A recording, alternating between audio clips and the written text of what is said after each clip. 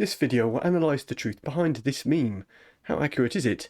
Having analysed both dynasties in video summaries and in interviews with experts, I'm in a good position to evaluate the truth of both sets of assertions. Overall, this meme is largely true, with some caveats. The Qing Manchu rulers here are depicted as the beta weak mei on the left.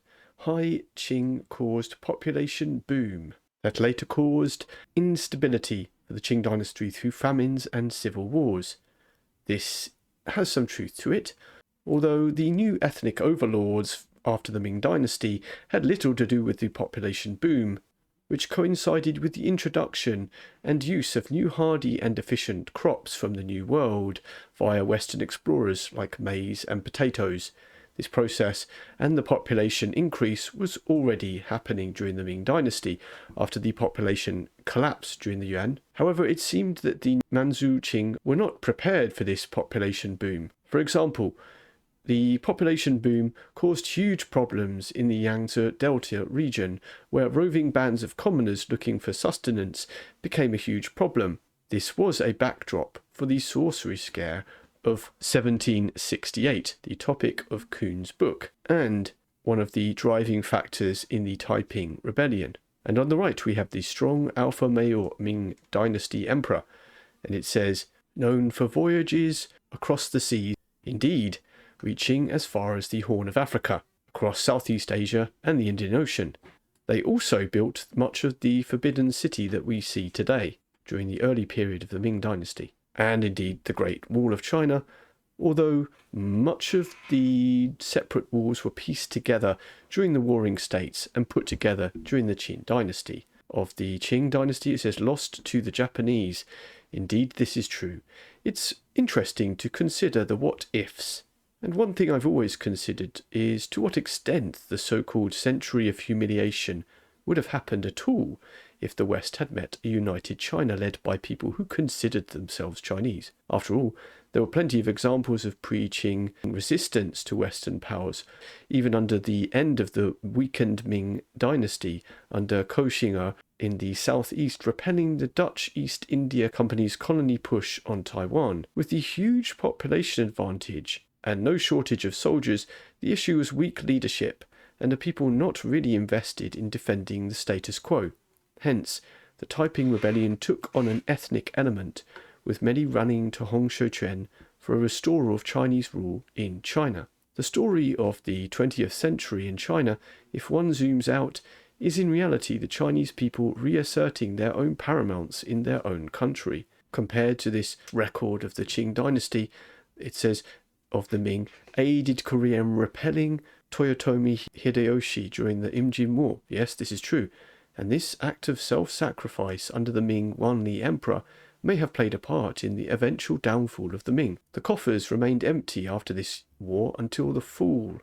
Wanli, despite not even leaving the palace his entire life and becoming a recluse, waged this successful war to the dynasty's own detriment. Of the Qing dynasty, it says, known for their refusal to modernize. This is probably the greatest condemning fact of Manchu overlordship and their record as the Qing dynasty. Despite inheriting a curious people during the Ming, for example, Euclid's geometry was being widely circulated via Matteo Ricci's mission to China, the Qing horse peoples who took over Beijing from the top and took over the power vacuum that existed there prided themselves on their nomadic martial prowess and had little to no interest in modernizing right until the desperate end. So, whilst Japan was rapidly learning from the West, the Qing dynasty leadership forced China into a stagnation. This is the opposite of the Ming, as it says, undoubtedly a golden age. It says the last of the three traditional Chinese golden ages after the Han and Tang. I might quibble about the Tang dynasty, because although it had a great poetic age, known for its great poets Li Bai and Du Fu, the Chinese equivalent of Shakespeare, it was far less stable than it's remembered as, such as the An Lushan Rebellion. The Zhou, Qin, Han and Ming were undoubtedly golden ages. To this there is a strong argument to add the Warring States period as being a golden age, at least in terms of the flourishing of ideas. Confucius, Lao Tzu, and Shanyang Confucianism, Daoism, and legalism respectively, all lived in this tumultuous time. There was some innovation in the Ming, like in canon design and use. Typically for Chinese civilization, the innovation was slow and steady. And in what way is this necessarily a bad thing? We are witnessing the results of fast innovation all around us. Now, has this necessarily been good? One of the Qing Dynasty, it says, came from the steppe after losing their first war to conquer China to the Mongols as the Jurchen Jin. Correct, the Manchus were descendants of the Jurchen Jin peoples in the northeast of China. Furthermore, the takeover was simply a squatting on top of the Ming order. They simply walked into a power vacuum in Beijing, and most people had no idea an ethnic subversion had taken place. And this is well documented in Dr. Lin Struve's book, The Ming-Qing Cataclysm. Of the Ming Dynasty, it says, Zheng He's flagship was larger than any other European ship in history up to that point. Indeed, this is factually true, and the armada would have been quite a sight.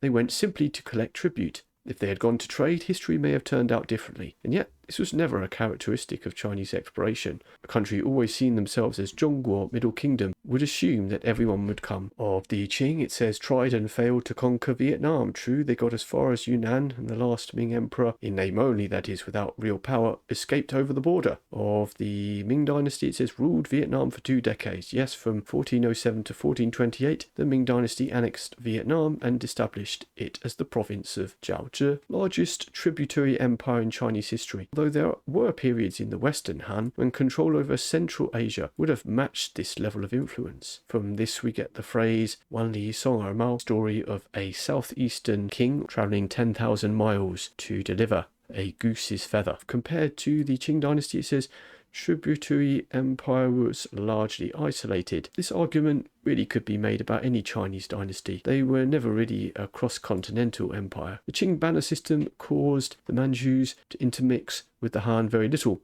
Yes, indeed, this is true. It was an ethnocentric elite. The sad reality is that the common folk would have had little interaction with them. Therefore, might not have known what had happened. They didn't intermarry, they saw themselves as different and superior. Came to power, picking up the scraps of the Shun and Ming wars as the Qing stayed out until both were weak. They fitted into a power vacuum, and this was very lucky timing.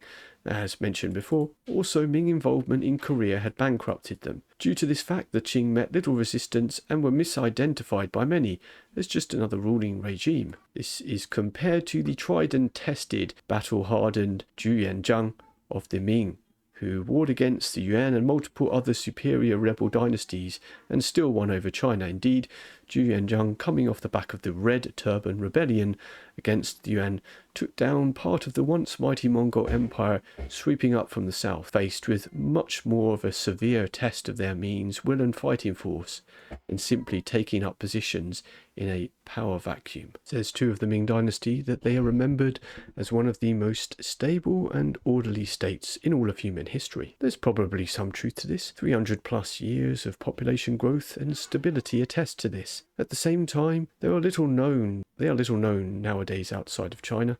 The nature of their fall and rise is completely misunderstood.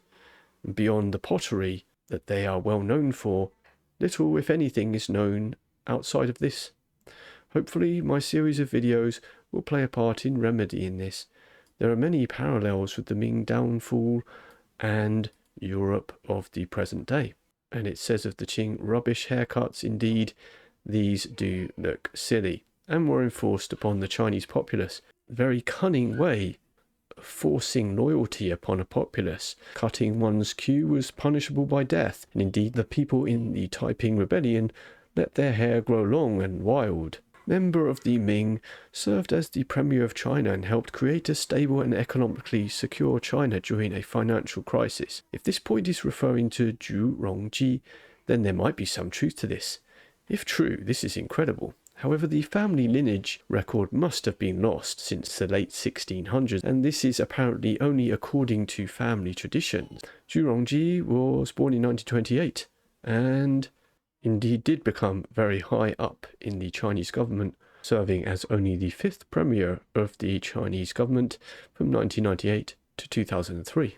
of the Qing Dynasty, it says, modern Qing family members serve as minor officials. In China in the present day, according to the 2010 census, there are around 10 million Manchu people, mostly in the northeast. The ruling family still has descendants living in the present day with credible links back to the ruling Ai-Sin family, for example, a man known as Jin Yujiang, who was elected to the Beijing People's Political Consultative Conference, and amazingly the brother of the last emperor, Puyi, became a deputy from Shanghai at the 5th National People's Congress. So it seems this is accurate, although the present-day legacies of the ruling families are hard to compare, as centuries have passed between the fall of one of them. On a side note, it is fascinating to note that the royal family lived out their lives in relative peace, Puyi dying in old age in 1967. Despite possibly warranted vengeful motivations, the Chinese were very restrained when it came to treating them. This is in stark contrast to the horrific murders of the royal families in Russia under the so-called Bolsheviks and revolutionary France. All in all, this meme is very accurate. Kudos to the writer.